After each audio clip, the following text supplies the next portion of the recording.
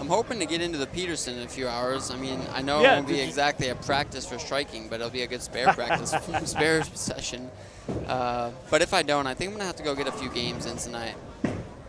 Have you bowled the Peterson recently? No, ironically I finished second in 2019, I believe. In 2019, I finished second, and I haven't been back since. It just hasn't worked out schedule-wise. Some of the groups I went with, and how that would work out, I don't really know why. But I'm hoping that they can get me in, squeeze me in later on, and see if I can't go make some spares.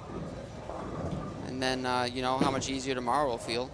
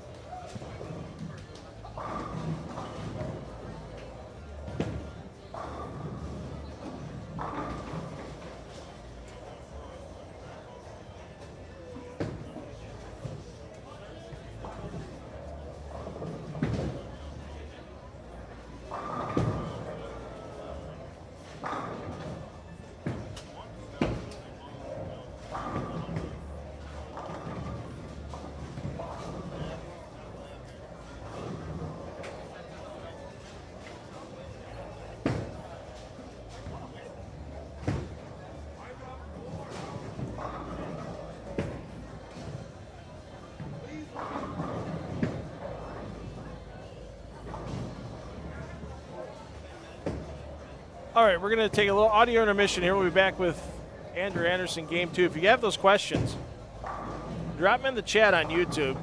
We'll get to as many of them as we can here in the second game and beyond.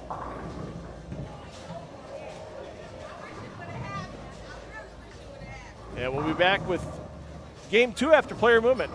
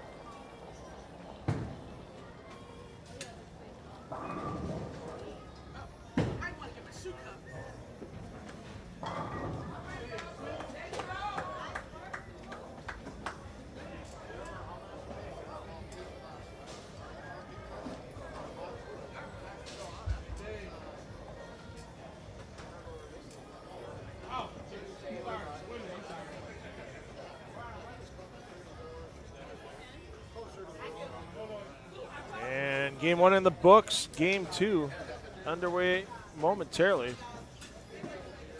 Here from the 2024 PBA LBC National Championships. I'm $2 Phil Brylo. In the booth with me, Andrew Anderson. And Andrew, have you had a chance to practice on this pattern yet? Because I know it was available on the PBA's LBC website to anybody that wanted to download it, practice on it, could do it. Did you get a chance to do that wherever you practice at home? Yeah. So once it was posted and I found out when I was bowling, I did not put the actual pattern in the machine, but we have, I don't know, 12, 15. We have 15 patterns in the machine. I just got whatever was closest, and I actually picked something that was a touch harder.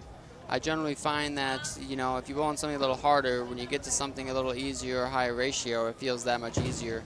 It'd be like the same thing from going to from the U.S. Open to going to bowl league on Tuesday.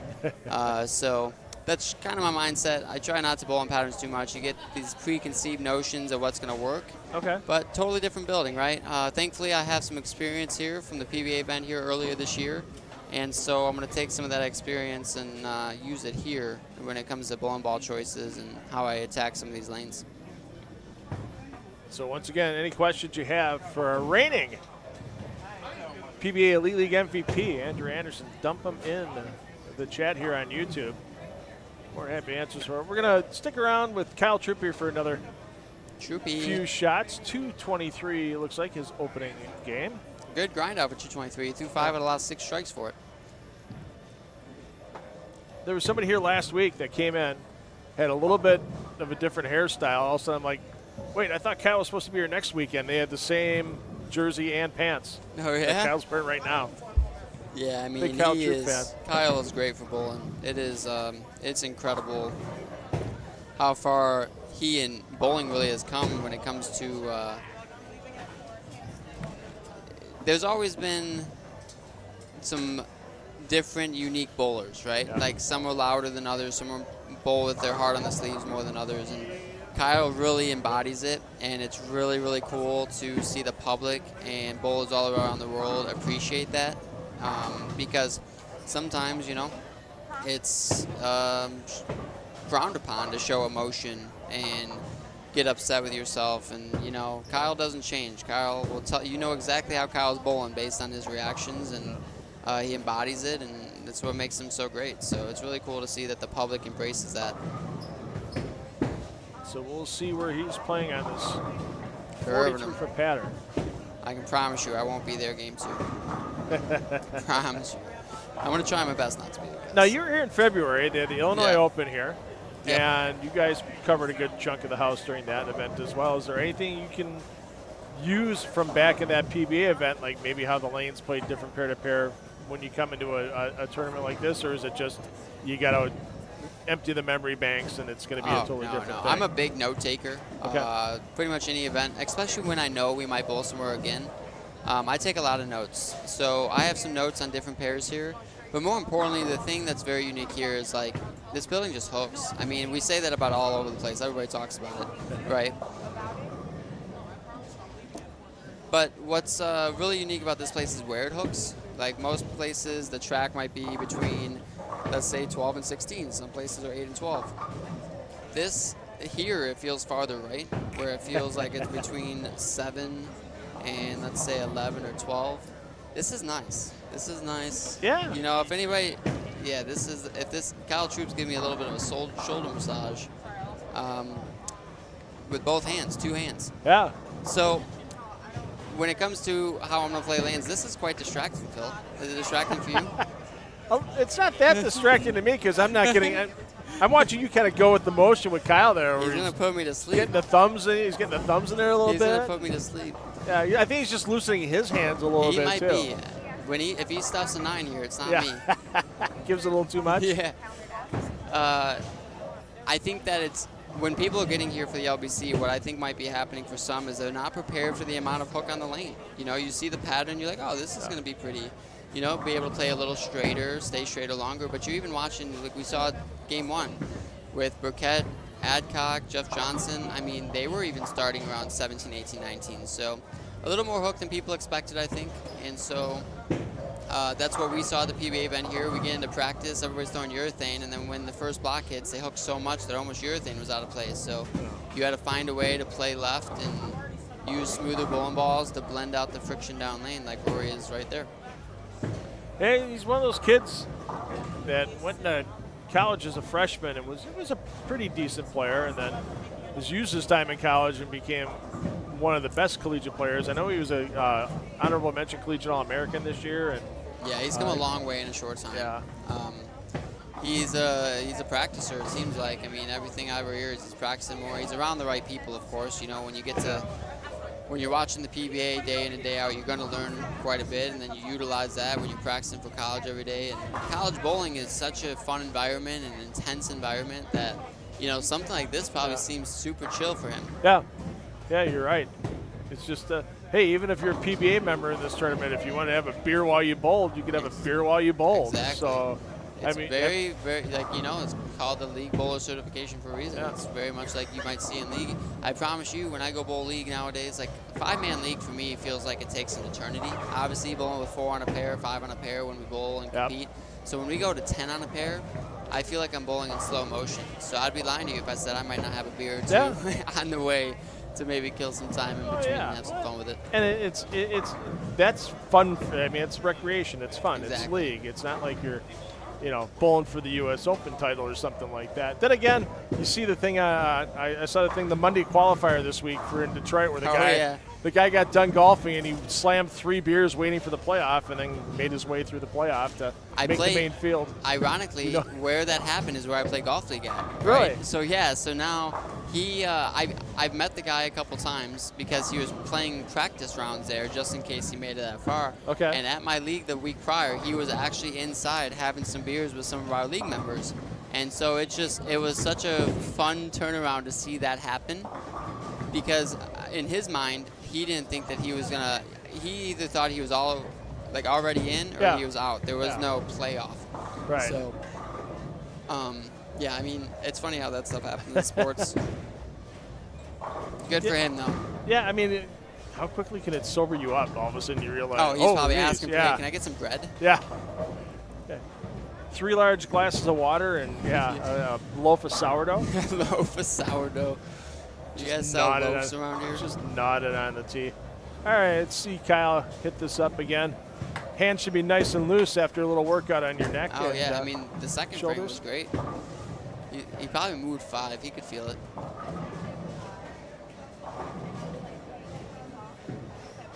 Oh, lost his footing a little bit. That was not me. No. You know what I love, though, is you can tell that he wants to bowl good here, because, you know, he is not very happy about that shot. He's not taking it lightly. So, and I think you're going to see a lot of the PBA guys treated the same way. We know that there's quite a bit on the line here, and we have an opportunity to do something cool. So even tomorrow, you'll see, like, I'm going to have a lot of fun with whoever I bowl with. I'm going to try to make an experience for them. But I'm definitely here to compete first and foremost. Because you think about it, and you look, people could look at the prize fund and they kind of go, well, the pros are only bowling, the elite guys are only bowling for $5,000 on top. Yeah, but there's another thing called $60,000 on the top of the clash once you get to Portland. Exactly.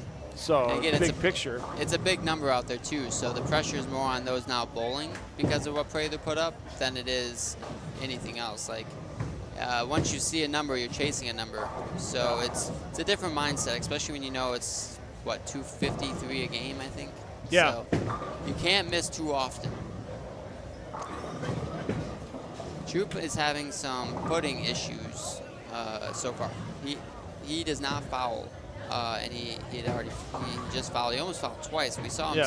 We saw him. I don't know if it was a stick or a slip that first shot in frame 3, but then he fouled it right up with a slip. It looks like. I wonder, because we're down 3 and 4 on an end. There is an exit door nearby, but it's not used. It's more of an emergency exit. So could he have gone for something where it's more humid on the high end of the center to where it's not as humid down here, and then that's less humidity is going to cause a longer slide, correct? One of the biggest differences we noticed in this building when we were here for the PBA event was how much warmer it was around 23 to 33, 34 than it was at the low end. Like, the low end felt refreshing, but they also played differently too. They played tighter on the low end because of it.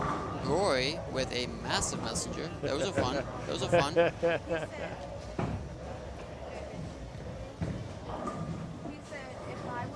But then everybody's saying, well, once we go to string pins, those will disappear.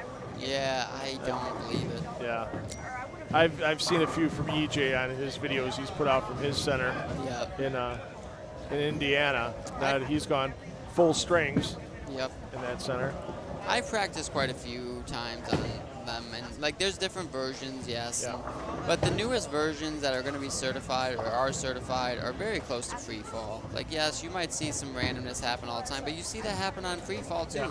I mean, I have like an entire YouTube montage of my pins standing back up, sliding all over the place, making weird splits off of the rack, off of the back. I mean, it happens in bowling in general. I do like to compare it to golf. Like, I always tell people my first hole-in-one is going to be off a tree for sure. There was one this week. The PGA Tour came rolling out of the sand trap. Yeah. And hey, here you go. Yeah, I mean, Hit it that's through just the sand trap. Bang. That's just how some of this stuff happens. In bowling, yes, would you like to get rid of some of the luck per se or some of the variance? Sure, we would love to, but that's just not the game we play. So, you know, whether it's on string pins or free fall, I'll show up. I'm ready to bowl, and I'm going to do my best to try to knock all the pins over. I still remember Carvin Salvino challenging Jason Belmonte to a match. Yeah. No sideboards. Once you get past the head pin, there's no sideboards. I'll beat him every time. Carvin, swear, I would have loved to actually seen that happen. Like somebody just set up a temporary lane somewhere. Yeah. And just no sideboards. Okay, here you go. It Get to that Grand Central Station like the Teen Masters was. It would quite a few be years back. very, very interesting. Yeah, I mean, who knows? Yeah. Who knows? So you're not adverse to it. If there was an event and everybody was like bowling one squad on string pins, you I'm all show about up it. for the money. Okay. I think what Show up for the money. What I find is that I'm just in for whatever makes bowling keep going into the future, Yeah. you know, and grow. I mean, if that's what we need to grow is string pins to make it easier on bowling centers and whatever the reason may be, Yeah. I'm all about it. Yeah. I'll find my way to strike.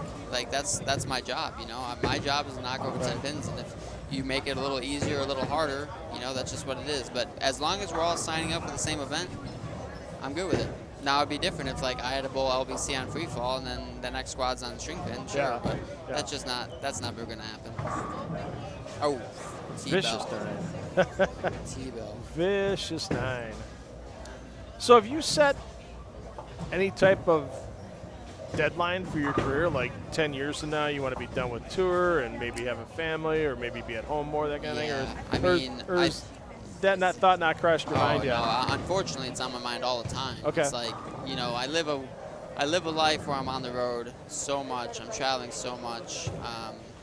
I have a great house in Michigan now, so now I'm become a homebody. That when I do have some days off, I want to be home. Yeah. So that's changed quite a bit. But like my example would be, I'm going to spend an entire month in Sweden towards the end of the year to bowl the Swedish league and do some coaching and stuff. And I don't think that would be an option right now if I had a family. So I'm trying to live, you know, all these experiences as soon as I can, because there is going to become a day that I'm not going to be able to travel as much. So I'm trying to enjoy while I can. But if there's an actual timeline, you know, the number that I really think about is 10 and 20 years. I'm at my 7-year mark. At 10 years, how is my career going? You know, am I a viable player? I still believe my best years are ahead of me. The game is changing. Two-handed bowling is, you know, I believe that in 10 years there's going to be more two-handers than one-handers. And I still believe I'll be one of the one-handers out there, but game's just changing, so we'll see. But my 10-year mark, you know, we're going to have a look back on 10 years of the PBA Tour, which is insane to think about. And then the 20-year mark is obviously a big number because I would like to be in the Hall of Fame someday. And so I will make sure I keep chasing that until I obtain that goal. Because you're at 4 titles now. 4 titles. 1 being a major, so it's the 5-2 rule or 10. If I get one more major, we're good. So I'd be lying to you if I said I don't think about the majors a little more. Especially something like a U.S. Open. Something, the TOC is always my favorite. I've made the show 2 times now. No luck on the show. I shouldn't say no luck on the shows. I didn't come away with the wins. I really would love to win the TOC, but the U.S. Open is really the one that I feel like my game fits the best. I just haven't got through match play very well yet. I've made it to match play a few times, but we will see. We will see. You just never know. Let's see what we got for questions in there. How do you keep your hair so fluffy? Oh, no. How does Troop keep his hair so fluffy? How do you keep your hair so fluffy? Mine is very simple compared to Troop's. Troop is, I've seen what he has to do. It's not easy. But it's actually a small fro today. Nothing I love more is when he has the big fro going and when he throws a strike and it's bouncing. You know, like he gets it bouncing up top. That's a lot of fun to watch. Especially when I'm not bowling against him. When you're bowling against him, then it's like, man, not only are you striking a lot, but you have all this mojo going.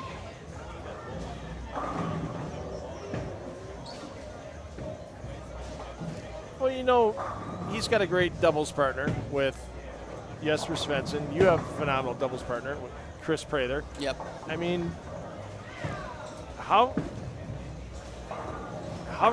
tough is it to find that perfect partner for doubles where you just seem to click and lock well? I mean, Chris wasn't your first partner you ever bowled Roth Omen doubles with, was he? No, I've actually had 3. Aaron Evans was my first one, and then I bowled with Matt Sanders.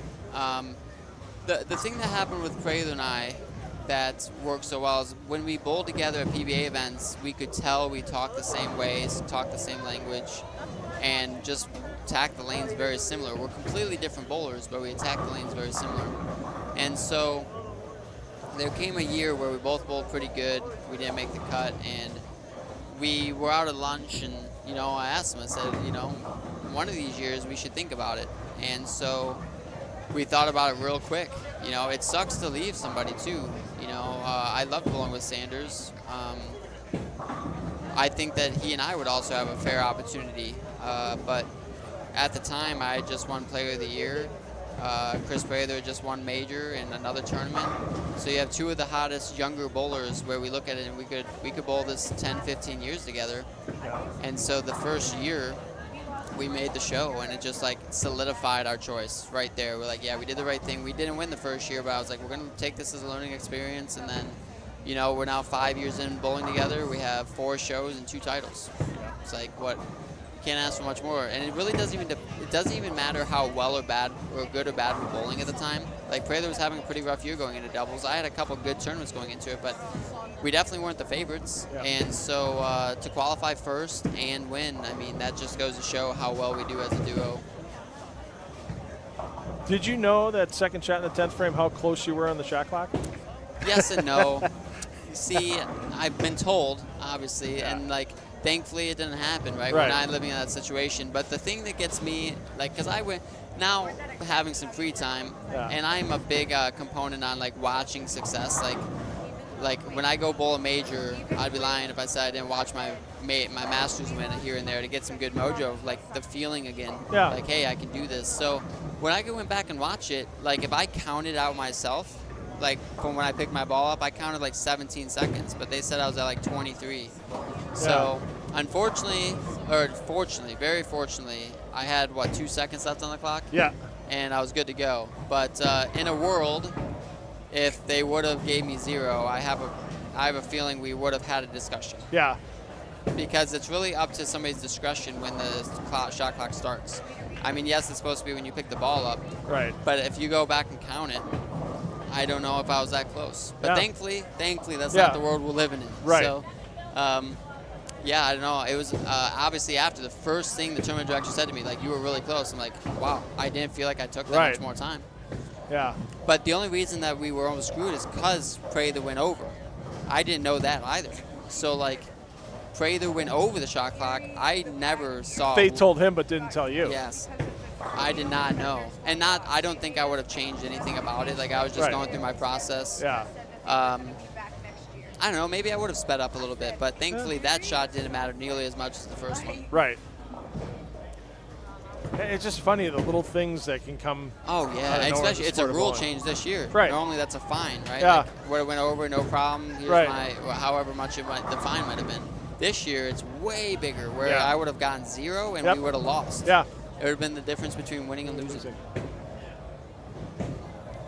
Troop, 5-bagger out there now. Footing issues seem to be resolved. And tasty beverage to be had for Mr. Troop. I'm looking at right now. Yeah. So good. He's having a good time. Nothing wrong with a tasty bev. There it is. Oh, yeah. Mystery. It's a good mystery number. You'll be the solo winner. What? Oh, yeah? There you go. Okay. Well, hey, you have it for next year now. I want to see him next year. He's got the Deaver Golf Carts logo. I want to see him pulling up in the tournaments in I would love to see tricked it. out golf cart. I would love for him to go from pair to pair with it. That's how he takes his balls. I mean, it's an electric vehicle. It's perfect. If bowling alleys were bigger, you're telling me that wouldn't happen? Absolutely would. People would have like electro. They would 100% have those.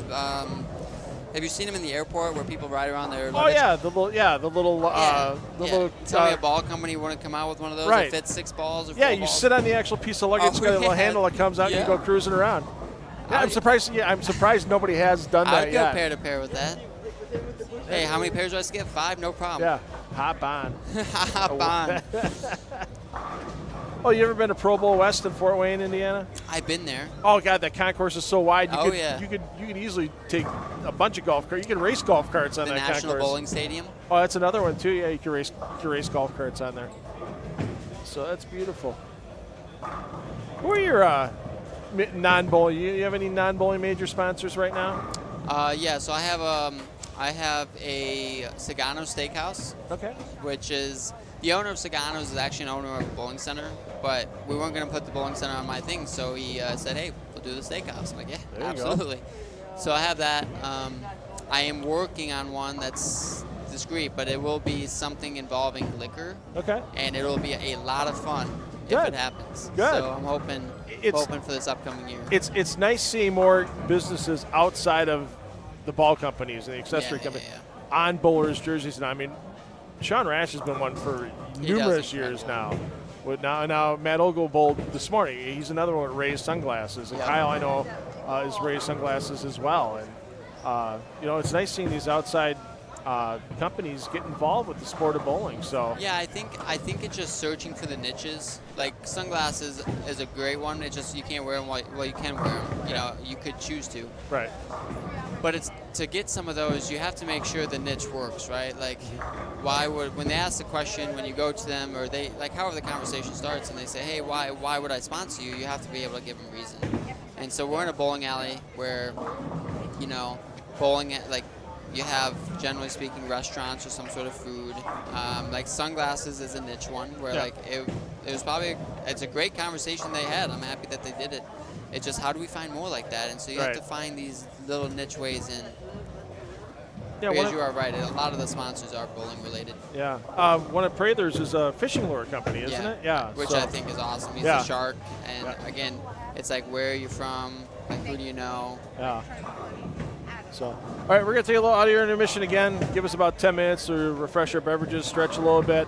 We'll get you some new faces on here, and we'll keep going with Andrew Anderson here. Game 3 coming up next for your 2 p.m. squad at the PBA LBC National Championships. There's still 2 weekends remaining for the LBC National Championships. If you haven't got the squad time yet, there's still time to do so. Go to pba.com/LBC tournament and get all your tournament information.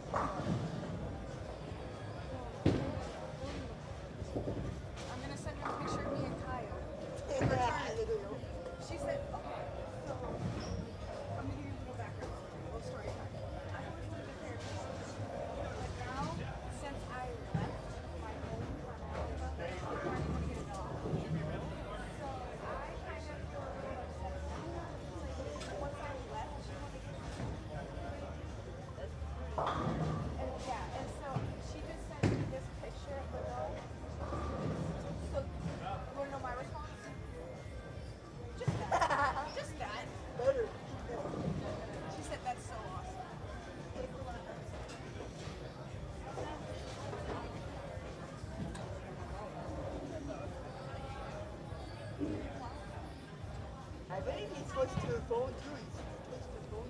So. I know, I was like,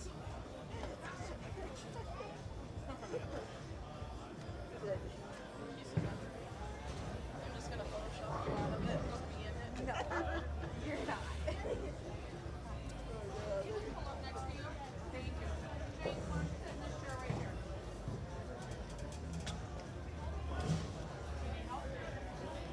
Yeah, I'm less likely to fall out with that.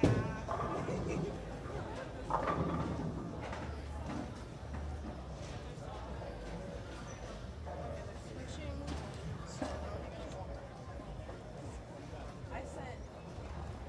I sent my dad, maybe, I sent my dad the picture of us and then a picture of him on Google so he knows who he is. Yeah.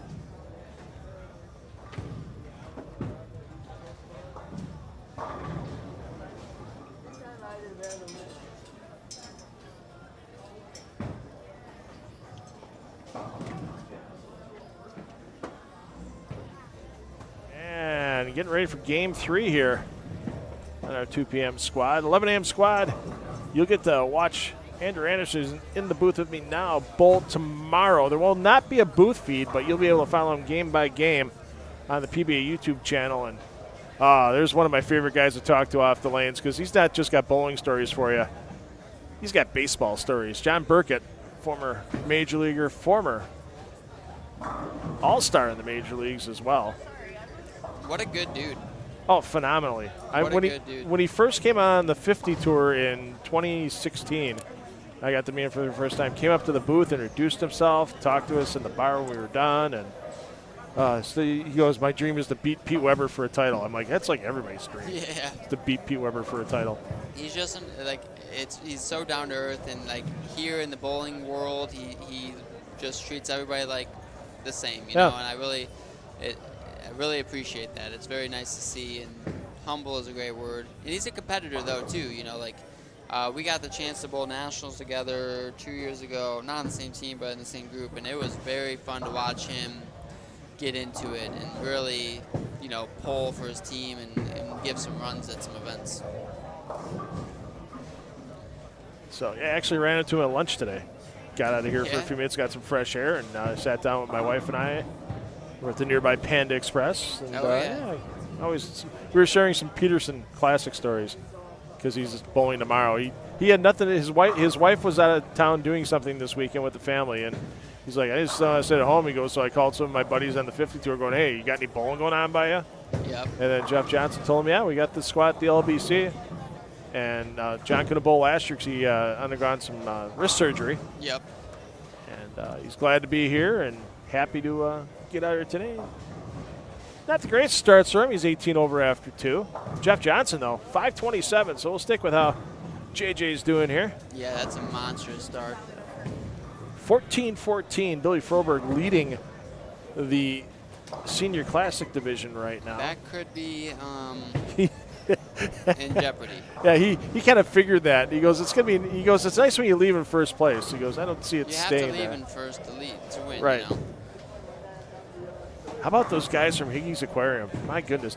Yeah. Yeah. I mean, Dan Higgins was here a couple of weeks ago, and he made a charge towards the top of the leaderboard, the Open Classic division. year after year, that group just does so well. Vince, and then Vincent Vincent Yeah. Villar. Please don't tell him I got that wrong. But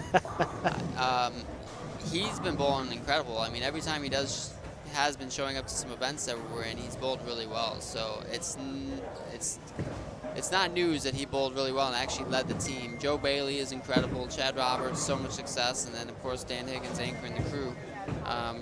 Great team, great group, and they are prepared going to these events. So no surprise. You just got to try to beat them. I remember when they brought the RPI back for the regional guys back in 2021, and they had the finals January 22.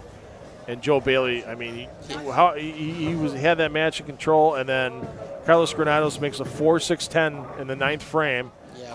Bailey rattles a 10, and all of a sudden the tide turned, and Granados took home that title. But yeah, Joe Bailey, he's one of those guys. Every time I see him in Coldwater, Ohio, like, yeah, okay, I'll see him on Sunday morning. Yeah. So figure out that place. Yeah. He's no slouch, and yeah, great group of bowlers, and they're all friends, and they all bowl together all the time, so they really know how to work together, and that's what you need in that event to bowl really well.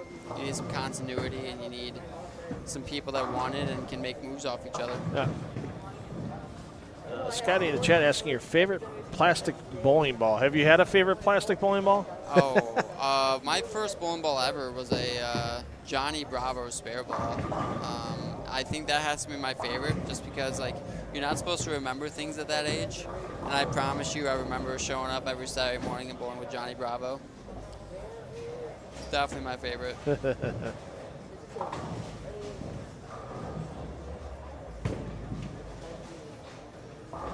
Is there a polyester ball for Motive?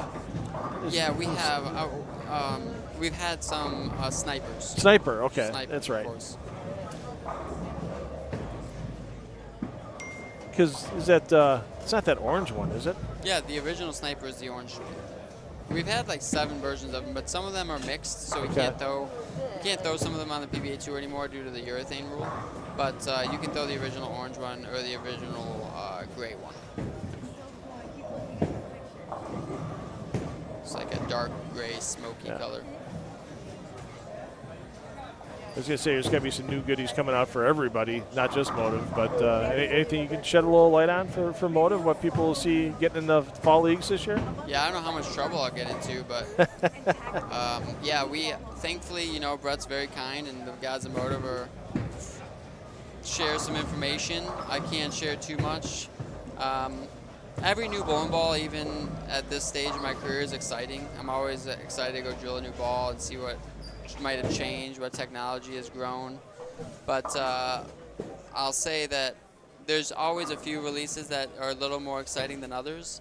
And we have one coming here in the fall that is going to be one of those ones that stand out immediately. Okay. And I'm really looking forward to seeing the public's reaction. And it might be one of those ones where when you go to league, you see 5 or 6 of them on the rack. Oh. So we'll see how it goes. I hope it goes that way. I think it will, but. Bring back the Forza. The Forza? I loved that ball. Forza was very good. Yeah, I loved that ball back in the day. Last year, before the rule change, I threw a Forza a lot on tour to start blocks.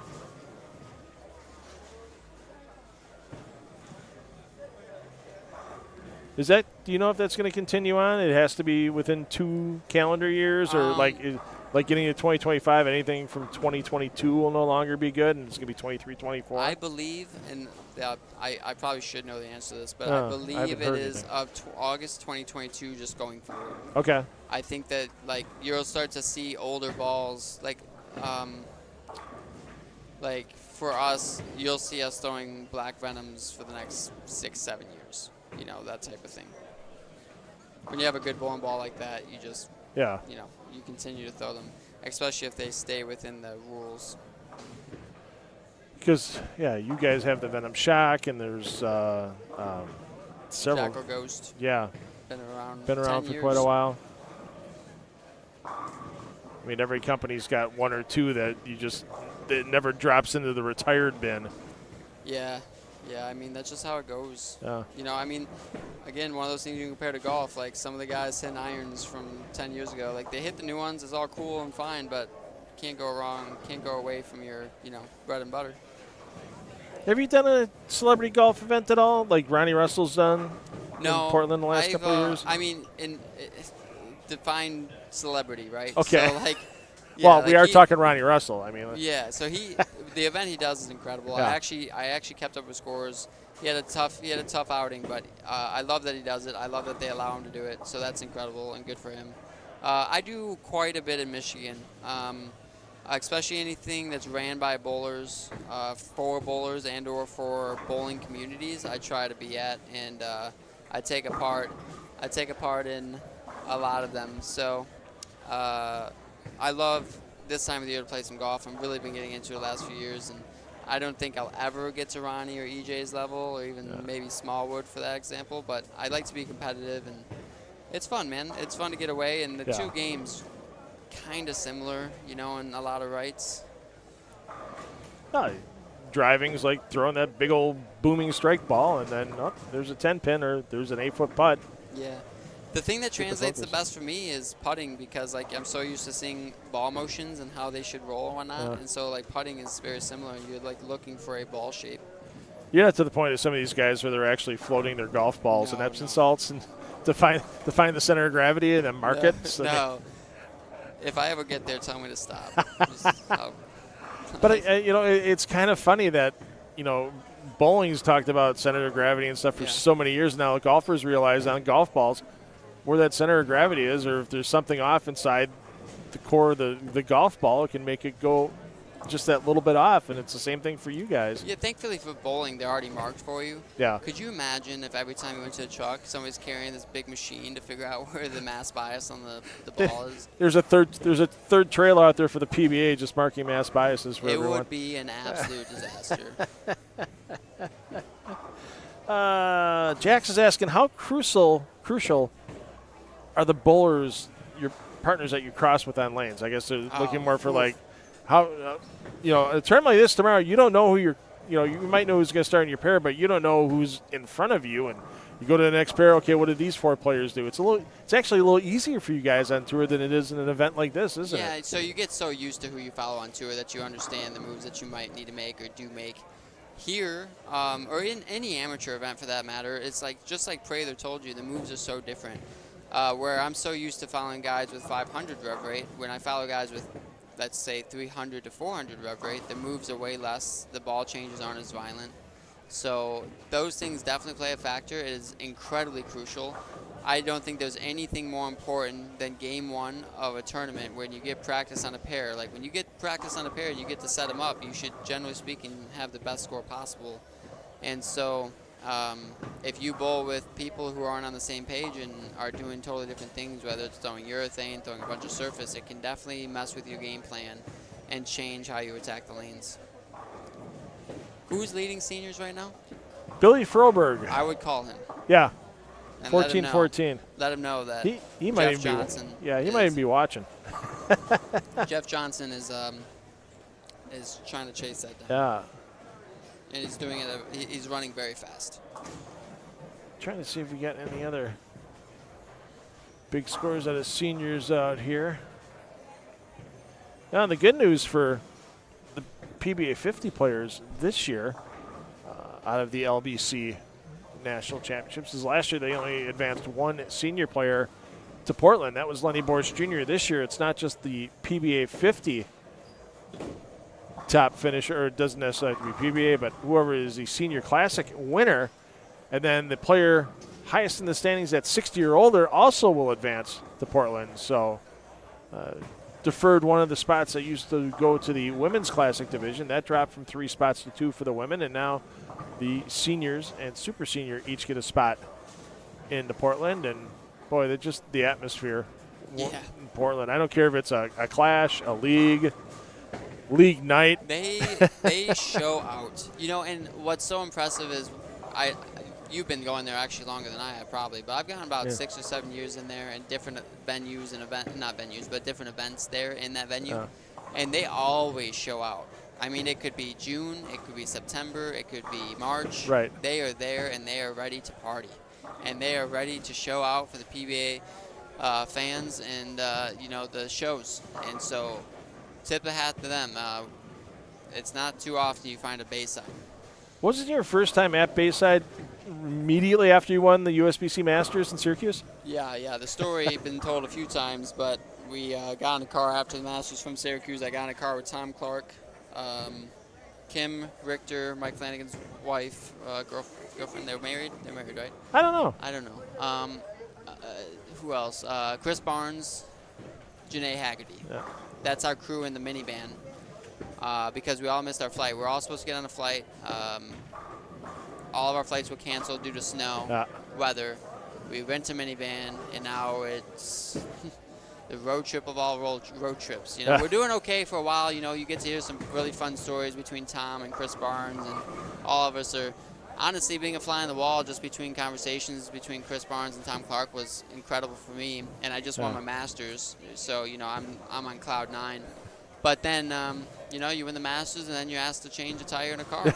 We're on the side of the road in Massachusetts or something. On the interstate. On the interstate. We go to the creepiest gas station ever to try to call a tow truck and get this. And we walk in, and it's something straight out of a horror movie. And we're, trying to, draw straws for who has to go inside.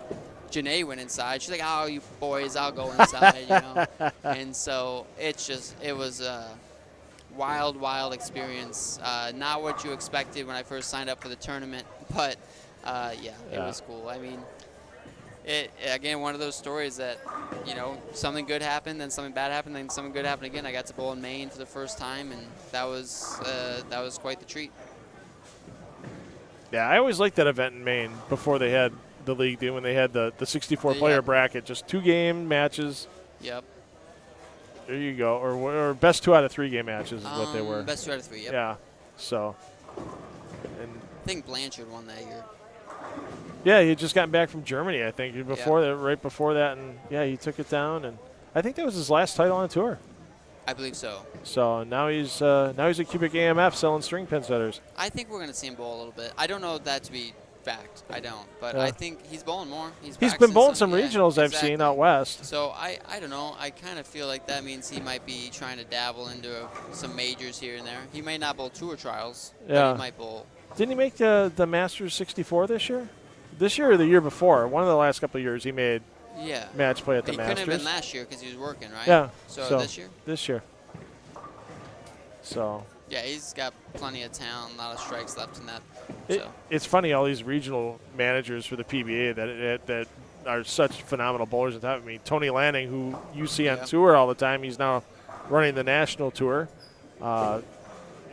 Day 1 of the Senior U.S. Open, boom, here's Tony in the lead. Yeah. I guess Tony got some time to practice again. He had a good run there. And, we'll see Toby Contreras and Bobby Jekyll from this Midwest and Central regions tonight on the 7 o'clock squad. Yep. So I love Bobby. Bobby's right here. You can't miss Bobby. Somebody warned the buffets. Bobby Jekyll's in the neighborhood. Whatever lobster close, Bobby Jekyll got to one. Oh. So if there's multiple professionals bowling in the squad, are we going to bowl together? Because I think it's me, Graham, Tom Hess, Sanders. Are we going to all bowl together like these guys are, or did they sign up this way? They signed up this way. Okay. I know. So you can sign up to bowl with your friends. The Lavery Spars bowled with Jimmy and Mallory Clark out of Portland today. And a couple of other players were spread out a bit. Okay. Last week, Kevin McCune was a couple pairs away from Justin Knowles, and they were a couple of pairs away from somebody else. Okay. Yes. So I guess you could try to put your request in. Yeah, I don't know. I was just wondering. Yeah. But that's the thing is that it's only 32 lanes in play, so people, if they want to come, I saw people coming around before, that wanted Pete Weber's autograph before they started bowling and stuff, or a picture with Pete. And so if you guys bowl together, it's still, everybody can see what's going on. For sure. They can take a walk down. So, you'll have to find out. You'll have to maybe throw $5 at Zach Sway, the tournament director, for the weekend. That's all right. See if it happens. Regardless, we're going to have a good time. So, let's see. Let's get one more question before we get to the end of this game. Oh, here you go. Here you go. No. Cedric is asking, would you rather bowl a 900 series or go on a date with your celebrity crush? There you. That's like a Nolan Hughes question right there. The problem with that is that, you know, everybody jokes about when you're younger, hey, when I shoot 900, I'm done. And I was also one of those that joke about it. So if I shoot 900, I'd be lying to myself if I didn't quit. So I think I would throw off the 900, and Anna Kendrick and I would be having a great time at Red Lobster or somewhere. Not Red Lobster. It'd probably have to be a little fancier than that to get her. Yeah, what restaurant chain can we get Bobby Jekyll to put under next? I mean, Red Lobster's gone. What's next? All you can eat shrimp. I mean, yeah, I don't know. Hey, I just put ones in front of me. Yeah. The buffets are not safe. And the pins won't be safe with Bobby out there tonight. No, I might have to. I might stick around and watch that one a little bit if I don't get to bowl. Yeah. Any new? Yeah, I was gonna say, you still waiting on news on the Peterson? Still waiting on news. I got to know within the next hour or so. It's a 5 o'clock squad. 5:30. 5:30. So yeah, you got it. But yeah. they start late. I mean, and let's be real. Like the Peterson, it's not exactly one you can prepare for or warm up for. You just kind of show up and you hope for the best and start knocking some pins over. Yeah, the only way you can warm up, they do have the Lumberjack Classic there, which is on the old PBA Gold Pins 9-pin tap house shot, so you can at least get loose. Yeah, because Danielle McEwen and her boyfriend Justin Urbano were here a couple weekends ago, last weekend, recently. Yeah. And they did everything in the day. They got done here. They immediately went up to Bolero Vernon Hills, and they bowled 3 games of the Lumberjack, and then they bowled the Peterson, and then they bowled 3 more games of the Lumberjack to get on the 6-game prize list before they were done. So, 20 games in a day. That's average for you guys. Honestly, I was even debating tomorrow because they have a squad after I'd be done here. But like, do I really want to bowl 6 games here trying to strike every shot to then trying to go bowl 8 games of sparing every shot to get in a car to drive 5 hours home for my lessons at Turbo Monday? I don't think my lessons Monday would appreciate how I'd be feeling. Just be a pile. Yeah, I'd be a little bit on edge. All right, well, we're going to take a little break. We're halfway through our round. 6 games make up the total, so the bowlers that got into doubles,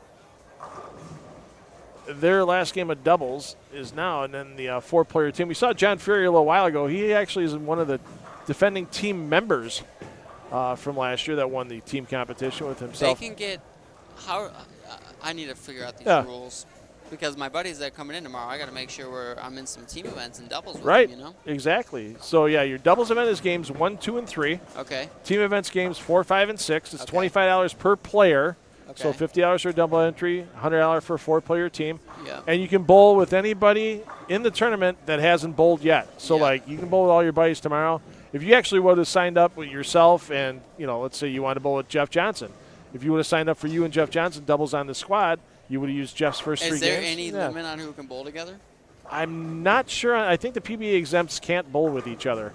So me and Prather are on the same team. I do know. Yeah. I got a text from somebody a few days ago. Hey, when are you bowling? I got to keep track of scores. Right. Because I have Prather so far. It's me, you, Prather, whomever. So, yeah, you can't bowl on a doubles team together. But you can bowl on a team. But you can bowl on a just team with 2 exempt, yes. Nice. Well, so, Prather gave us a good start. Yeah. I think. But he had 195 his last game, so I don't know what his other 2 were. Because obviously his first 3 were monstrous. Whoever he's bowling doubles with is probably feeling pretty good. Yeah. I gotta look this up. Yeah, get that looked up because you got to get it all entered on League Pals too. So that takes a few keystrokes on the phone to get that taken care of. So we got Game 3 in the books momentarily, and Andrew and I will be back with Game 4 in just a couple minutes.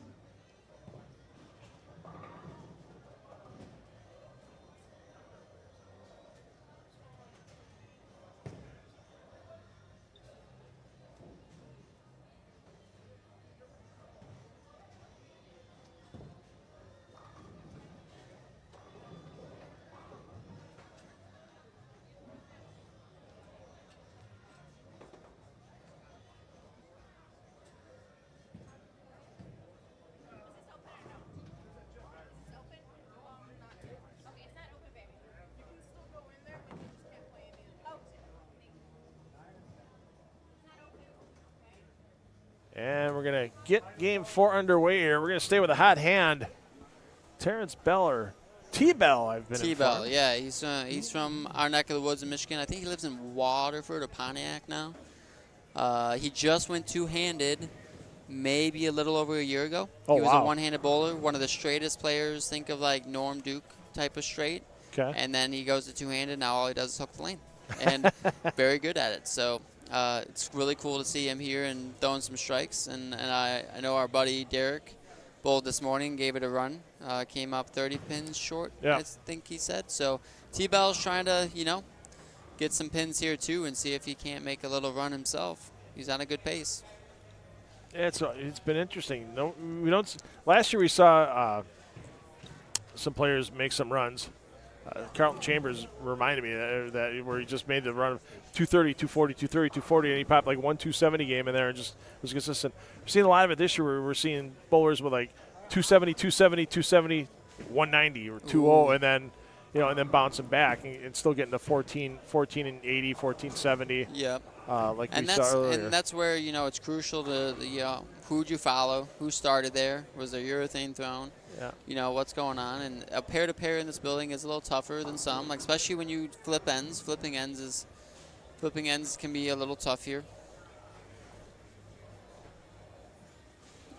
See if we got the scores updated from this morning's squad on League Pals. Yeah, I'm trying to load some of it myself. Called some of my friends in the intermission to make sure they got us signed up when I bowl tomorrow. Yeah, I mean, that's a easy way to pile on the money. I mean, use the scores you're going to bowl anyway and just have it multiplied if you get a good set. And especially if you can bowl with as many partners as you sign up with. If you got enough money, if you got $2,500 laying around, you can sign up with 100 partners. Yeah, it was it was cool that when the PBA posted about when we were bowling, I got a bunch of emails. I was signed up with different people in League Pals. Some of them I know, some of them I didn't know. So it was really cool to see that people are signing up to bowl with me, and it makes your scores mean more. I'm sure Kyle was signed up a bunch, and that's probably why he's working as hard as he is. He had a rough 180 there, 190 there. So I expect him to have a really good bounce back here in his team scores. So T-Belt starts with a strike on the left lane. Bowling with Rory Clark and Kellen Lee. The pairing is only 3 on that pair, so you got to pace yourself a little bit. Make sure you're not too fast, too slow. We always shoot for 4 on a pair here at the LBC National Championships, but sometimes obviously you get a little odd number here or there, or maybe somebody had an issue getting here in a late no-show. So usually it doesn't bother. When it's 3 on a pair, the pacing is pretty easy to keep up with the 4s on the pair. Yeah, for sure. And when you're bowling as well as T-Bell is, it's just important to keep the same rhythm going. Whatever the flow is, just keep it going. Bowl at the same pace. Try not to get too out of sorts, whether you're having a break or not. You can see yourself in that bowling ball. My God, usually it is shiny. You usually don't see a ball with that much shine anymore. I mean, that's like 1990s shine right there, sticking on a gold Rhino Pro. Yeah, well, that's a teal Rhino right there. Whoop. And somebody just decided to mash that table. Oh. Almost tripped it out.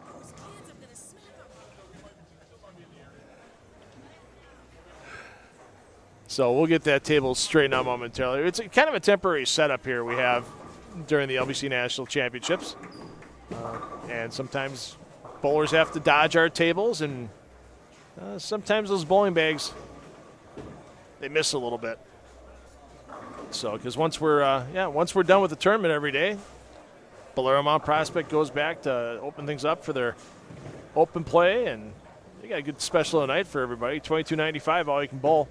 Okay. Yeah, I mean, if I was in the area and I was bowling, hey, you can get the remnants of the LBC shot. If I get bored tonight, yeah, I really do. There you go. I do feel now that I'm in the building, I feel like I should probably go practice a couple games. Yeah, they're not going to rear oil once they're done. So there you go. You get some remnants. Nothing wrong with a little remnant. Usually my favorite after a good steak dinner, take the remnants home. There you go. Have that with some eggs the next morning. Oh, I still remember Rory Clark coming down with his dad to watch. The first time we were in Aurora, Illinois at Parkside Lanes was about 2016 or 2017. And like he had never really traveled with his dad before and everything. And all of a sudden, you see the wheel start spinning in Rory's head. Like, wow, this is actually pretty cool. Yeah. Like it was one of those things where it's like, hey, I guess my dad does have a pretty cool job. Yeah, and that's got to be cool for Tom too to be able to share that with him. Yeah. Yeah, Rory got the bowling end of things, and then the journalism end of things. His daughter Quinn got that. She's a reporter for the Milwaukee Journal-Sentinel, Milwaukee. Are you serious? Yeah, That's so awesome. she does some investigative reporting and such. Graduate of Northwestern Journalism School. That's awesome. So yeah, she's done. That's one of the reasons why I subscribe to the Milwaukee Journal at home. Is not just her writing, but a lot of the quality writing. That's how you find out what's going on. Now they just got to bring bowling scores back in the paper, Oh. or bowling stories or anything.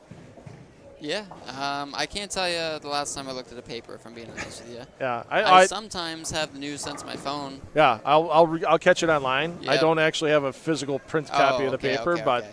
yeah, but just you get the online edition of the paper, and yeah, it's just neat making it. Because you got to keep not just what's going on in the world, but they keep an eye on what's going on, and your local governments and stuff like that. Like, Yeah. hey, this looks shady. Let's talk about it and let's Yeah. get it out there instead of somebody getting away with something. So Yeah, absolutely. I'll tell you, I looked, obviously the last few days on social media has been quite, I don't know if the word is, are you kidding me? Okay. I was like, is he really going to stuff a 7 and stuff a 9 back Right. to back?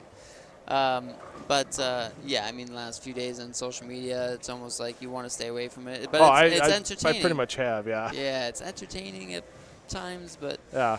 it's not great at times. So. But nowadays, for a lot of bowling information, the only place you can Exactly. really get it is I find out through about social media. I find out about tournaments on social media nowadays. Yeah. Not PBA events, of course, but like my Right. local random sweepers, and on a Thursday, and generally finding out about them on Facebook.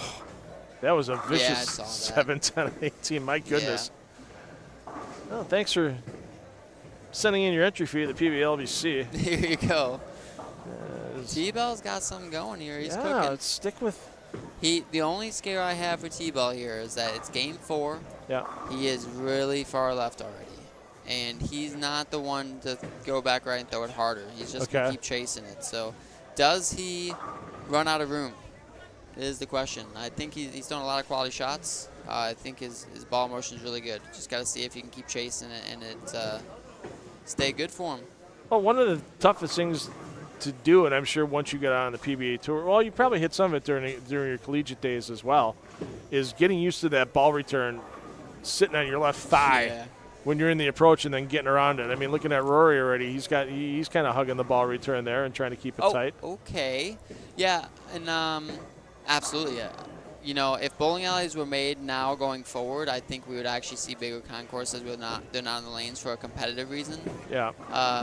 But they're there, so it changes. It changes the way you attack lanes. Certainly, sometimes I'll ball change faster on the right lane than the left because I feel like I'm running out of room faster. And I'm pretty good in front of the ball return. Have to do it on the PBA Tour. Did it in college so much, but Yeah. it's not your favorite thing to do, especially when you're throwing it well and you got a good rhythm going. And my 5-step approach, I don't exactly want to go to 3-step all the time, but you got to do what you got to do, and that's just another avenue of bowling that you have to attack. Yeah, I kind of get a kick sometimes out of, the get off my lawners, or let's go back to the, Get wow, off another my 7-10, almost an 18. The get off my lawners, or the why can't it be like it used to be. Bowling is such a much more physically demanding sport now. In a shorter season, this is my opinion, it's a much more physically demanding sport on a shorter season for you guys than it was when they had a 33-week tour, bowling 42 games a week that many years ago, because there's just so much stuff going on with the physical game, with your movement on the lane, with how you guys are getting through the ball. A lot of the guys back in the day, I mean, you look at the number of wrist injuries on guys in the 80s and 90s. That was the one thing that got guys more than anything. It wasn't knee injuries and stuff like that. It was because it was the grip it and rip it days where, you got snapped through it and that kind of. Now you see players out there with the feet and the ankles and the legs because it's just so much more physical for players to generate that speed getting to the foul line than it was. Absolutely. And I think the biggest thing that's helped the wrist injuries and fingers injuries is the way people fit bowling balls nowadays. Completely different than the 90s. And that's because the release has changed, Like the EJ Tackett's of the world have come out here with the yo-yo release rather than the wrist brace on, pull up with your fingers, more so release. So definitely a different game. I can understand what you're saying. Ball speed's more important. Rev rate's more important now than ever. Hey, our leader currently in the Open Classic division, Mark Blaha, making an appearance in the chat. Says Yeah. hello to you. Hello. So, yes, he goes, he asked Ed about his experience with the LBC. It was very well run. Everything went smooth. So That's awesome. yeah, I think everybody's been pretty happy this year coming into the LBC National Championships. I don't think all of them are happy when they leave, depending on their bowling, but they're definitely getting a feel of what PBA players go through week in and week out on tour. Yeah. You know, you got to record your bowling balls on the scorecard. You got to have those serial numbers down. They're not as restrictive as what you have on the PBA Tour with the Sure. last 2 years. They have to be serial numbered and that type of thing, manufactured. So, but the overall tournament experience, yeah, you see a lot of people, and if they're not bowling good, they hey, we'll see you next year. They're already planning on coming back, and we'll see. We'll wait for the official announcement. I kind of hope it comes right back here to Mount Prospect. It's a very nice center, and Gina, the manager here, and her staff have been on top of things for everyone. So Awesome.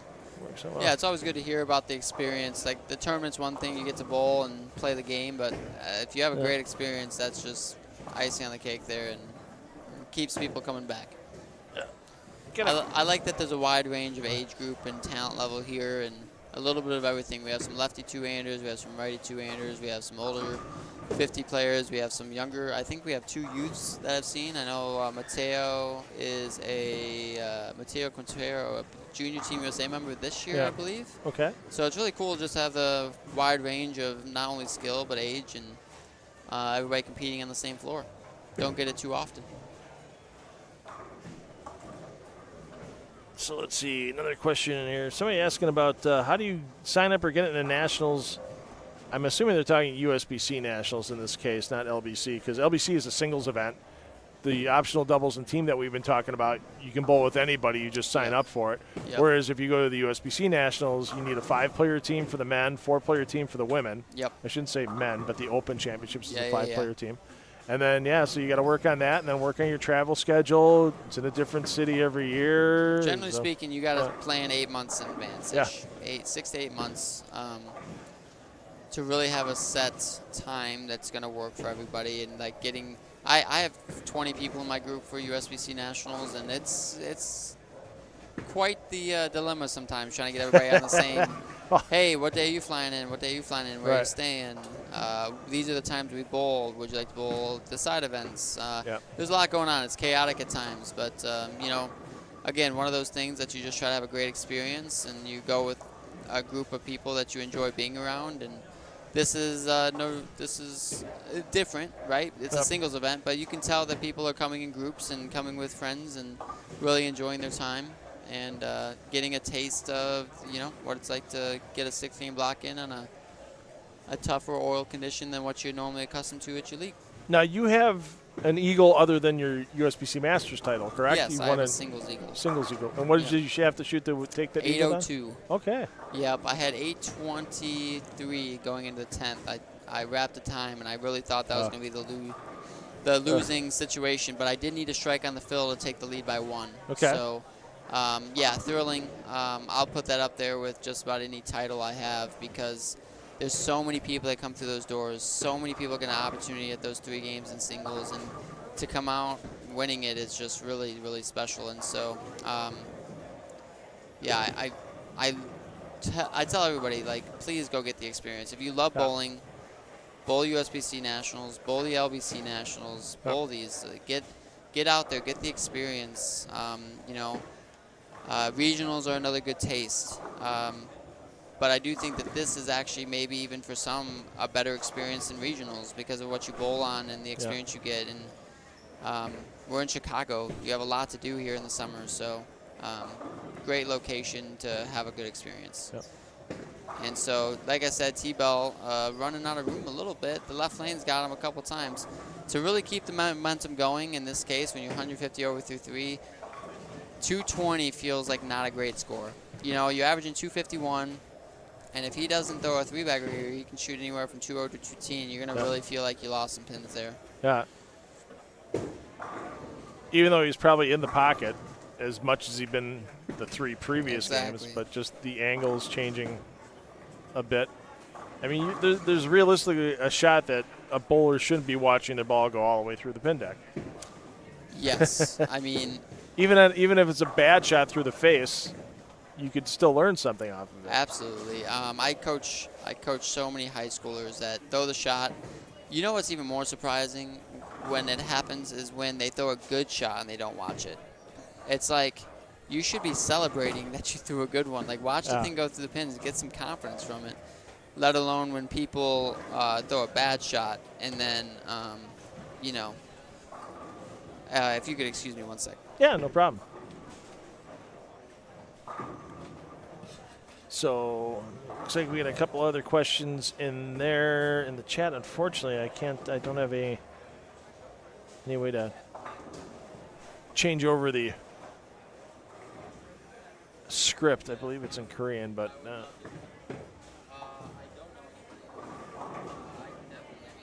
can I?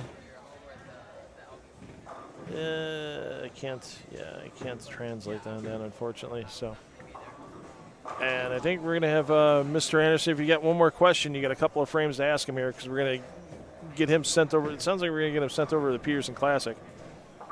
That's one place that could not even. I mean, you can't webcam it, but even if you can just go there once yourself. I mean, just to watch other people bowl at the Peterson, it's an experience you need to see. So. Is that the phone call you were hoping for the Peterson tonight? That's a phone call. Now, I don't know if it was a smart decision. Bowling the Peterson the night before the LBC, you know, the way I'm going to have to throw the ball to score tonight, throwing it straight and hard for a decent amount of time. Yeah. But you're here, right? Yeah. I promise you I'm going to be here extra early tomorrow now to loosen up and make sure I'm ready to go after the 8 games of the Peterson tonight. But I just love the experience of it. Yeah. You know, I get to bowl now twice here while I'm in Chicago instead of just once. And the Peterson has been around for so long. And, yeah, I'm just really now I'm really happy that I get to do both. And I have no clue who I'm bowling with, no clue who's on the squad. I hope there's some people that are excited to see me over there and have a good time. And, yeah. I think I know the couple of, like I said, we were talking about Danielle McEwen a little earlier and her boyfriend Justin Urbano, and they've done it the last couple of years where they just got there and like, hey, whose squad's going on? We're here to bowl. And the people loved that they were there bowling with them. Yeah, yeah. I mean, like, hey, we got a pro, and then they watched Danielle miss a 5-pin 3 frames in, you know?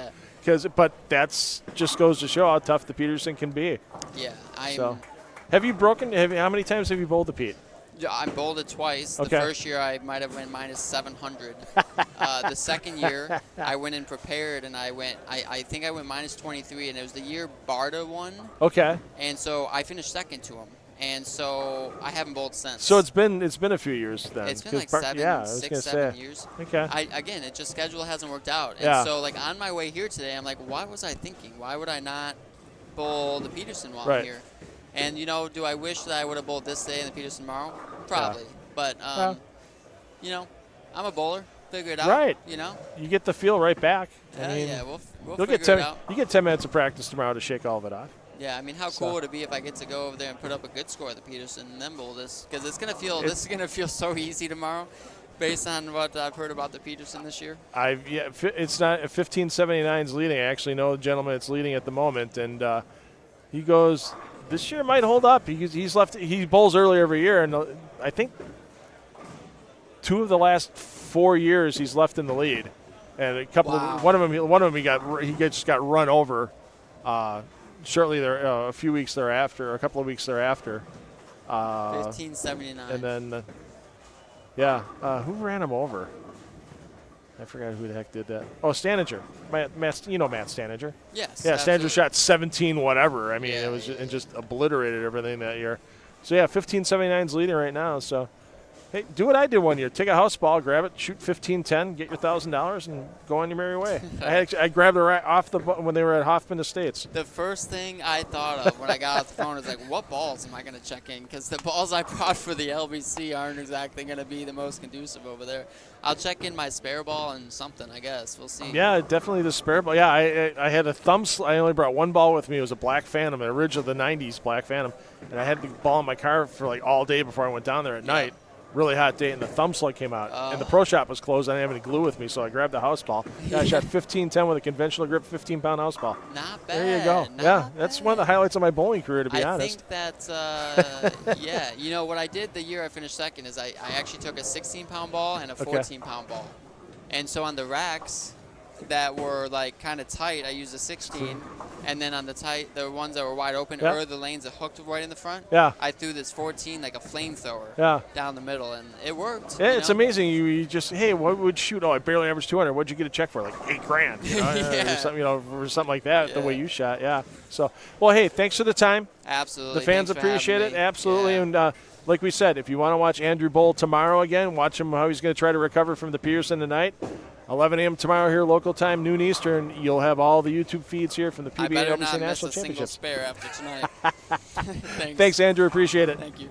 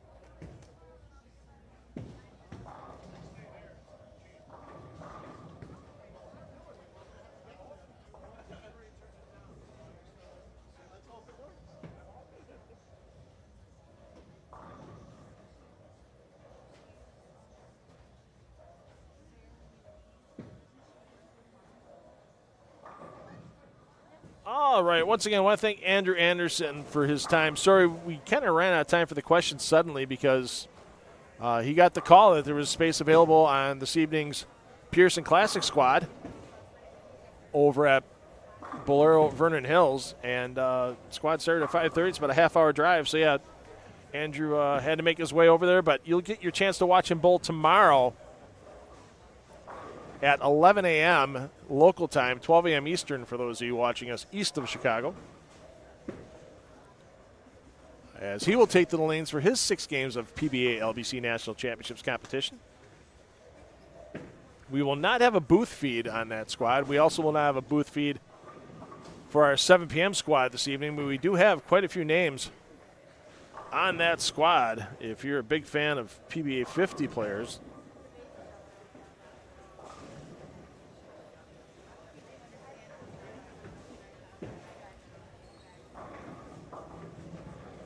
definitely some big names on there for you.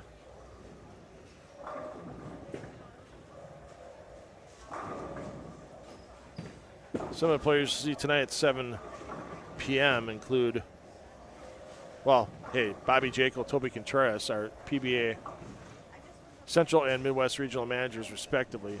Always big names there. A couple big PBA Midwest regional players in Chris Hill and Nathan Michalowski as well. Farrell Williams will be on board. Farrell, great player, has had some PBA membership in the past. He was one of 13 players to bowl a 300 game last year.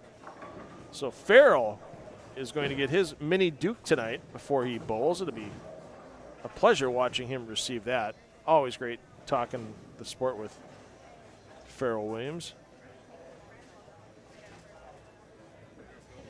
So that's just some of the players you'll see tonight at 7 p.m.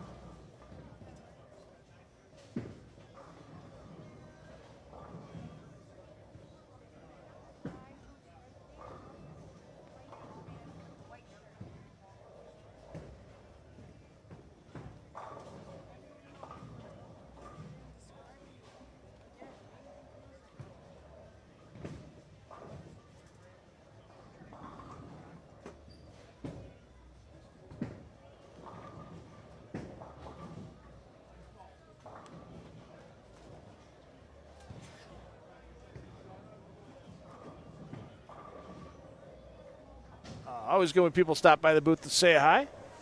If you're a John Conroy fan, and who isn't, let's be honest. I still remember John making his PBA 50 stepladder final debut when we were in Farmingdale, New York. Quite a few years. Got to be 7 years ago now, maybe even 8. Maybe it was 2016. And hey, John Conroy, you just made your first PBA 50 stepladder final. You get the bowl. PBA Hall of Famer Amleto Monticelli. And John held in there that match. I mean, he gave Amleto a fight, but Amleto came out on top. Not just in that match, but Amleto ran the ladder in that event.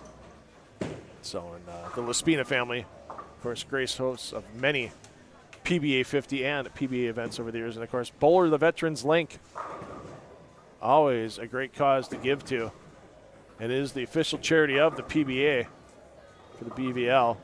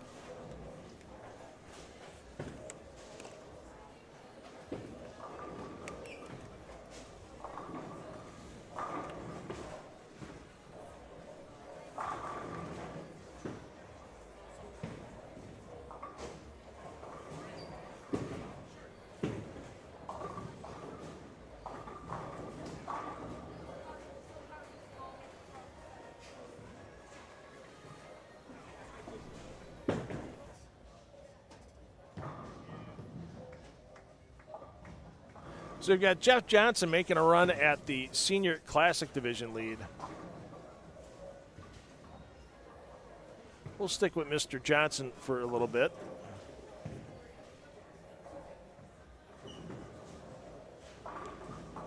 Needs a total of 462 pins between this game and his final game to tie Billy Froberg for the Senior Classic top spot. 463, obviously, we get Johnson past that. Don't see any other bowlers that are that close to Johnson right now. I do know Lyle Kuhlman's had a good start. Kuhlman at 907, so don't count Kuhlman out of it yet. Kuhlman out of the North Woods of Wisconsin. Always good seeing Lyle and his lovely wife bowls as many PBA events, not just 50, but seeing at some of the kids' regional stops this year as well. Sold his bowling center, said, hey, it's time to go out. You get one chance in life. Let's see what I can do on the PBA 50 tour, and let's see what I can do on as much PBA bowling as I can. And not a bad year so far for Lyle Kuhlman. And Jeff Johnson just keeps it on rolling. Spare double through 3 frames of Game 5.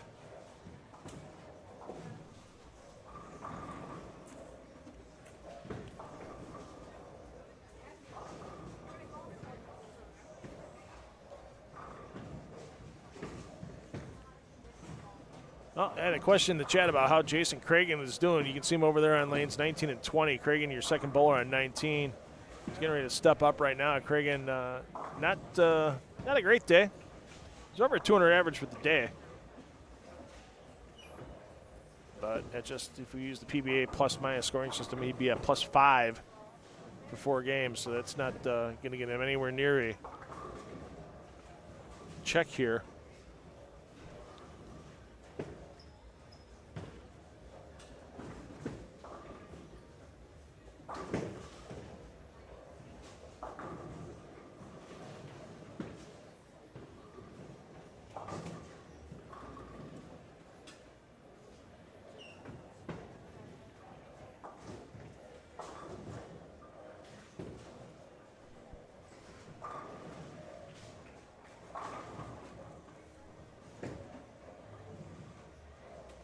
Pardon me, I'm sorry, Johnson spare strike. Spare through 3.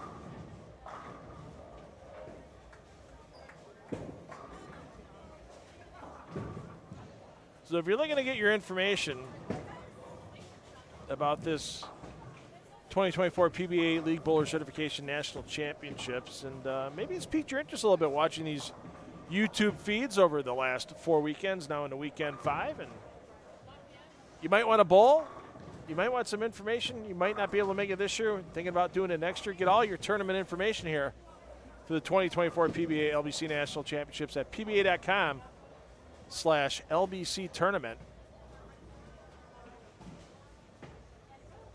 And Cragen goes from not a good day to an even worse day there with missing the single pin. You can also get your latest standings through the link on the pba.com homepage as well. See where your favorite player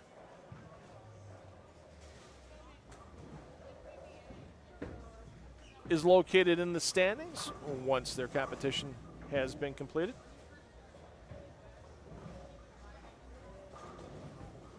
And once again, 2 weekends left. Squads at 9 a.m. and 2 p.m.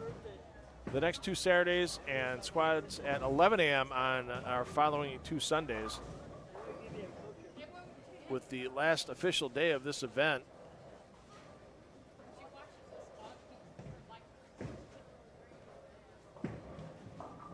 coming up on Sunday, July 14th.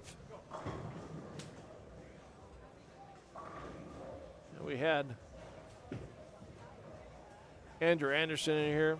He was talking about wife on the PBA Tour, and he's one of the quality 43 on the points list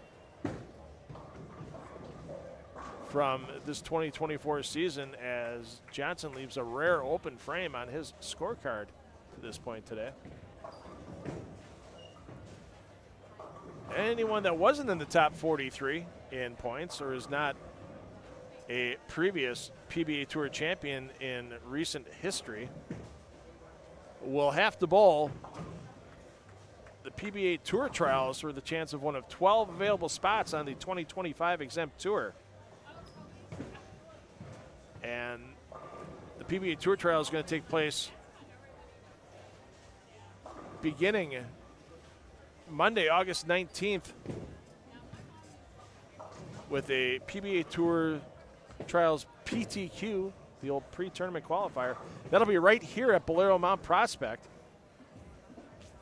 Rumor has it that all PBA Tour Trials competition will be covered by Bowl TV. So if you're a subscriber to Bowl TV already, you'll be able to watch that event. Otherwise, there's always information at bowltv.com on how to subscribe and watch your favorite PBA, PBA 50, and PWBA action amongst other bowling competitions as well.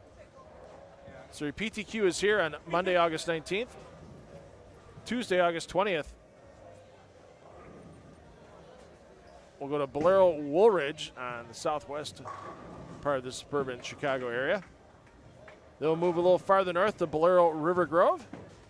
Back here to Bolero Mount Prospect, and ending up on Friday, August 23rd at Bolero Deer Park, straddling the border of Deer Park and Lake Zurich, Illinois. 12 qualifying games each day of the PBA Tour Trials in each of those 4 centers. And after the 48 game totals are complete, the top 12 in total pins will qualify for 2025 PBA Tour priority entry. And the priority entry in 2025, the best part about that, the top 43 in points from last year and those 12 advancing to Tour Trials, 0 tournament entry fees for PBA events at the national level. Yes, there will still be entry fees required by the USBC for the 2 PBA titled events that they control with the US Open and the USBC Masters. But when your expenses are knocked down in the season by a minimum of $500 per tournament for the entry fee, that's some good cost savings. And they're making sure that only serious inquiries are necessary to get into the PBA Tour Trials. If you haven't finished in the top 100 in points this year, if you weren't top 43, if you're 44th or lower, you are eligible for the Tour Trials. Top 10 in each PBA region in 2023 points. Eligible as well. Some international players, some collegiate players can be eligible as well until we get to our 80 player field.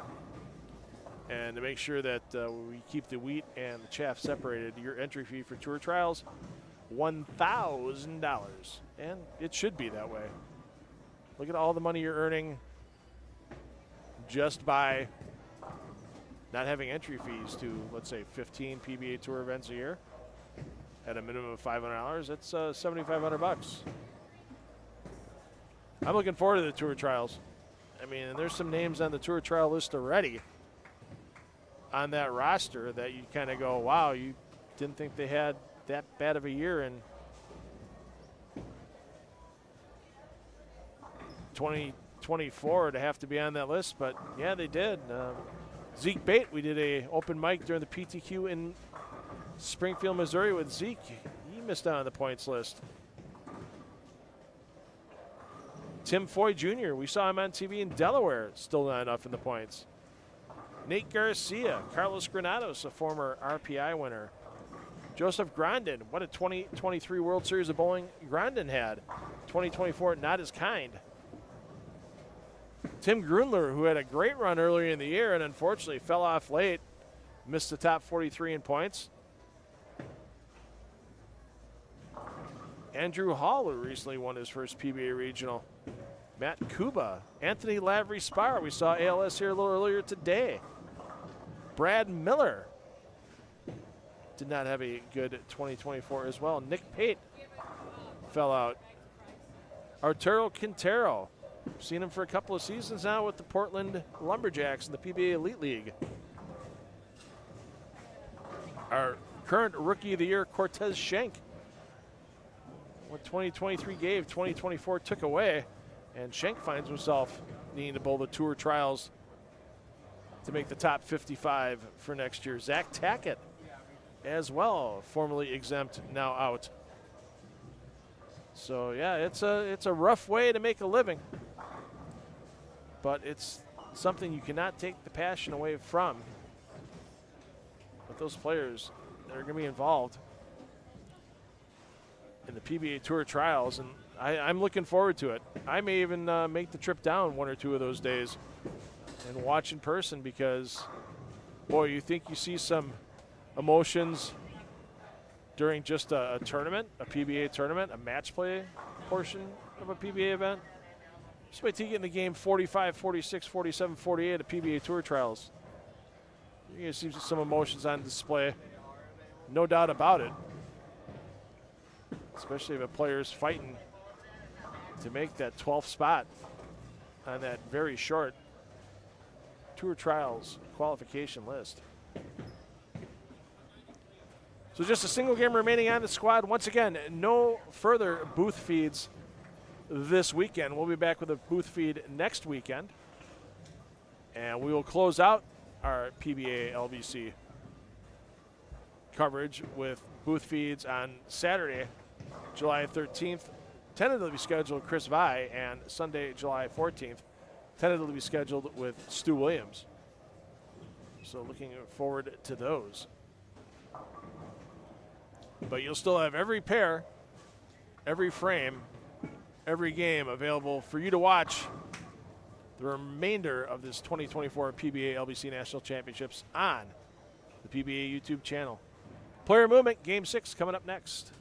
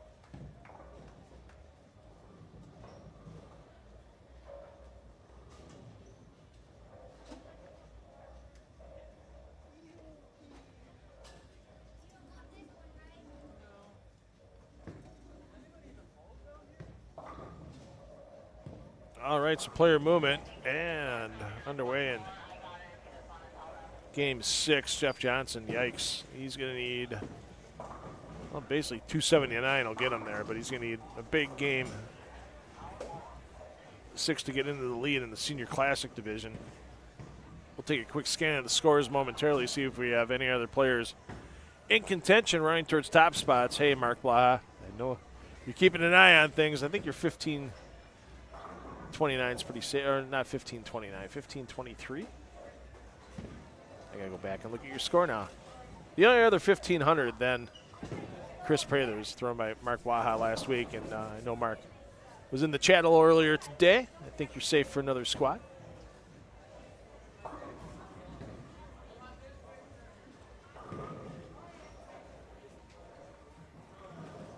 Thanks once again to our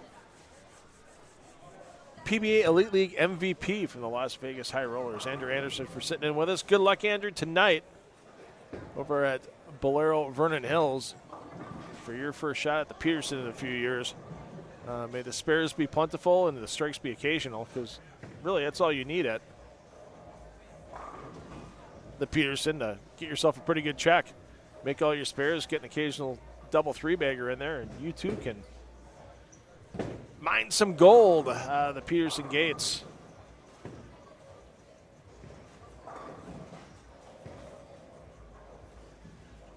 That was 15-23 for Mark Blaha. So I think you're hanging in there okay in the squad, Mark. We'll take a quick look around and see what we can find. If there's anybody challenging you, we'd jump on top of that. We'll get back on Jeff Johnson. Keep an eye on him in a little bit.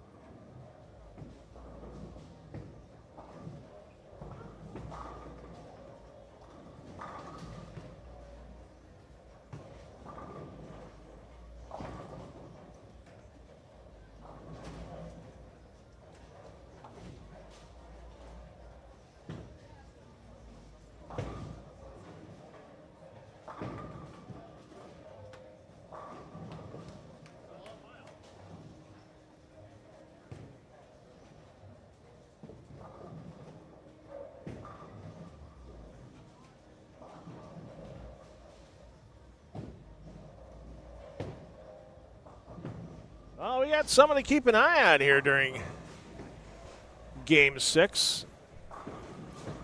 See the scoreboard there for Lyle Kuhlman.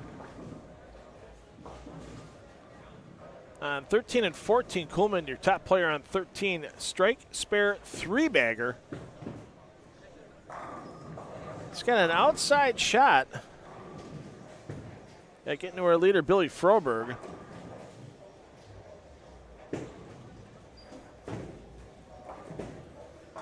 But Kuhlman needs to go shoot to do it. As Kuhlman would need to shoot 270 to get to 14-15. And obviously with that spare in the second frame, Kuhlman has his maximum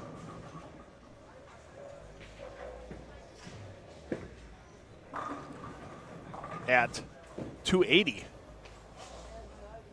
Another name we could have had a watch on, Pete Weber. Pete was at 124 over, so Pete would have needed basically perfection. Jeff Johnson, the other player, we'll check in on Jeff. Pete, unfortunately, 2 opens his first 4 frames in Game 6. And Pete rapidly going backwards. However, never say die for Kuhlman. Still the outside chance, and I need to verify his age, as I'm not sure if Lyle's 60 yet.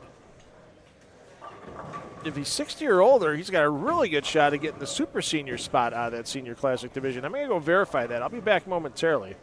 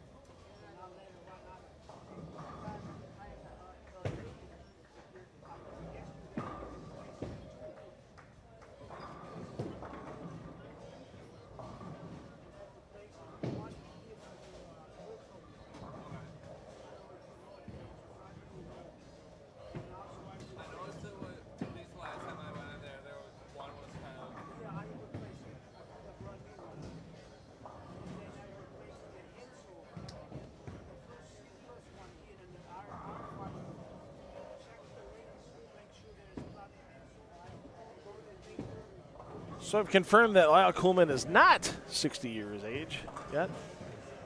Sorry, Lyle. Didn't know how close you were to it. You're not that close. You're 55.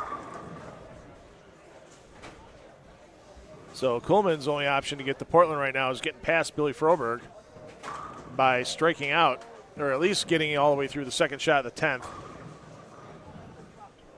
And then getting at least one pin on the fill shot. I don't know if he knows he still has a chance. That could help him. You just kind of relax, throwing the ball, trying to maximize your score, and you're not thinking about what's on the board posting for first place. So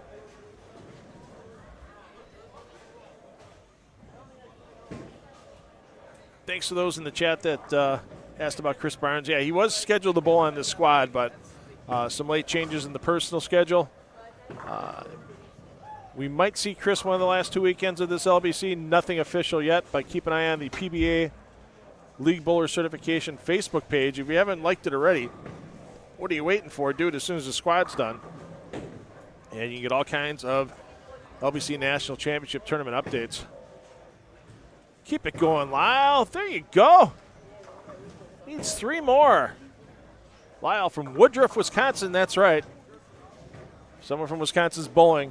I have it written in my contract with the PBA. I get to be a homer. I get to cheer him on. I'll see Lenny Borsch Jr., the man who represented the Senior Classic Division last year in Portland, Maine. Lenny bowling on that 7 p.m. squad this evening. Good to see Lenny again. Back on the lanes after fighting a rare form of prostate cancer. And, yeah, a lot of love for Lenny. Got him through it. And I know he and his family appreciate everybody that contributed in any way, shape, or form to help the family and Lenny's recovery over the last bunch of months.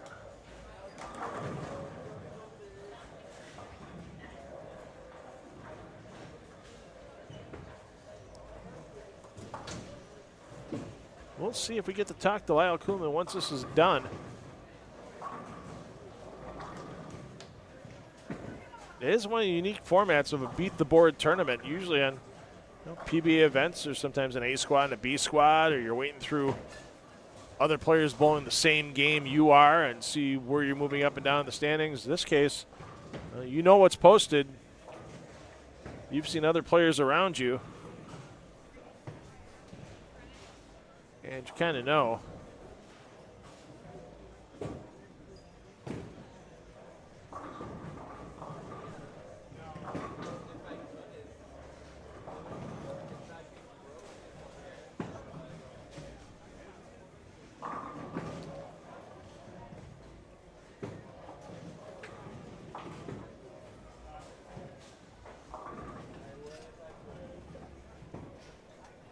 What's going to take to take over the leaderboard?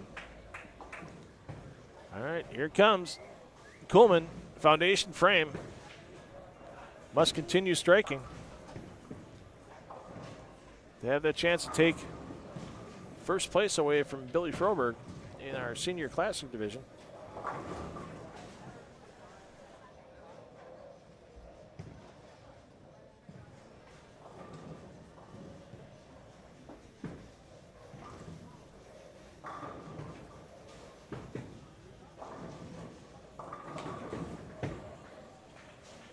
Wheels it out, peels it back, 6 slaps the 10. And let's take a peek in on Jeff Johnson. Yeah, never say die for Johnson.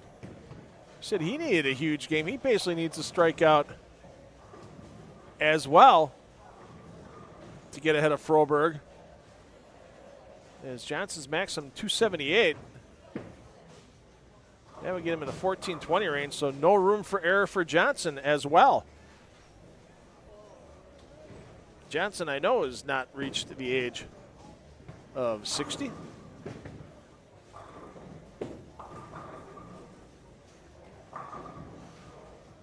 Seventh frame for Johnson, working on 4 in a row.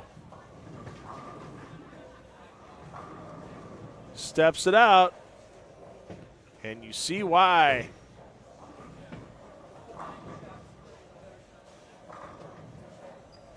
We could have a tie with new leaders, plural. It's still possible. Kuhlman goes double 9. That's 279. Johnson strikes out 278. They'd be tied.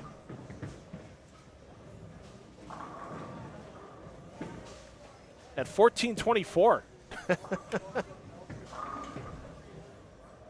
But first things first, Kuhlman, looking for the lead, needs the first 2 in the 10th and a single pin to get past the 14-14 of Billy Froberg.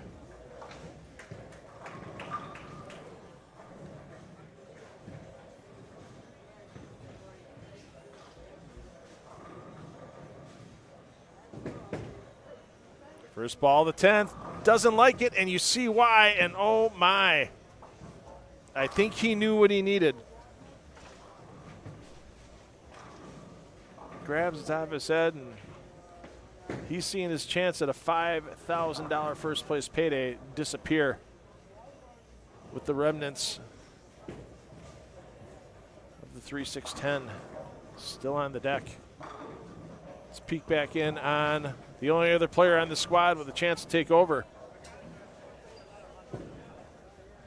from Froberg. 1386 is currently second. Kirby Allen posted that early on in the event. And Johnson, yeah, it's over for Johnson. Super washout.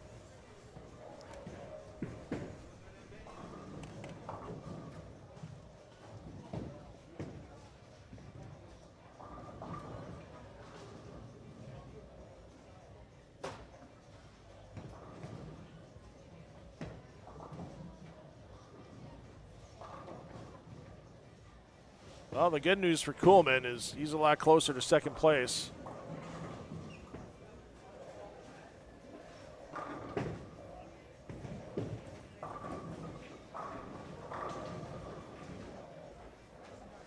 With a spare here and a full ride, he'll be at 14:02, well past Kirby Allen.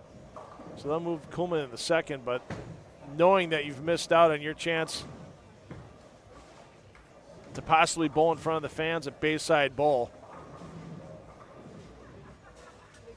that's going to weigh a little heavy on Lyle when he leaves the building this evening. And, hey, we got a little excitement going for a Duke here.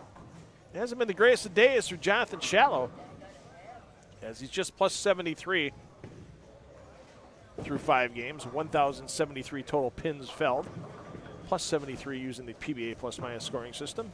But the former college superstar UW Whitewater looking to finish off his LBC National Championships competition with perfection, and the 4 doesn't go, and another mini Duke stays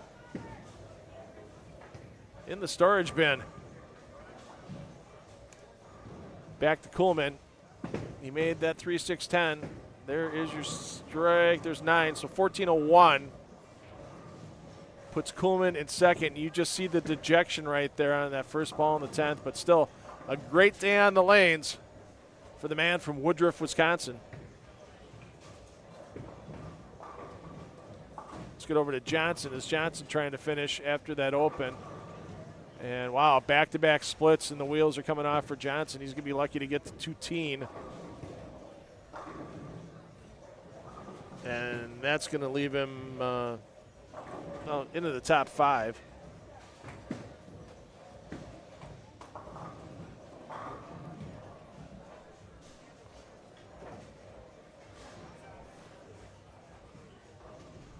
Another open frame for Johnson.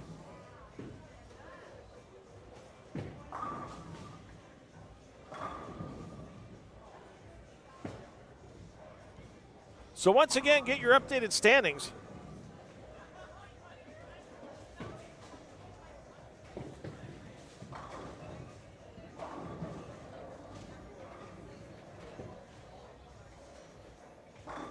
And all the information on this 2024 PBA LBC National Championships competition through the link on your screen, pba.com/LBC tournament. We'll be back with one more squad this evening at 7 p.m. No booth squad. So you'll just have the lane feeds with the ambient audio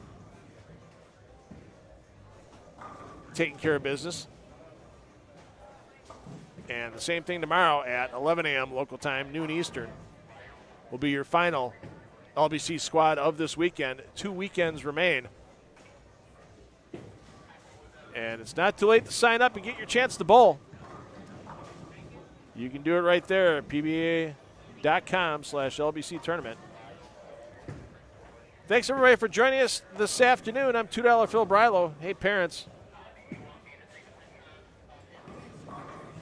take the kids bowling because you know they're going to have fun for life, and we'll see you back here a little later this evening.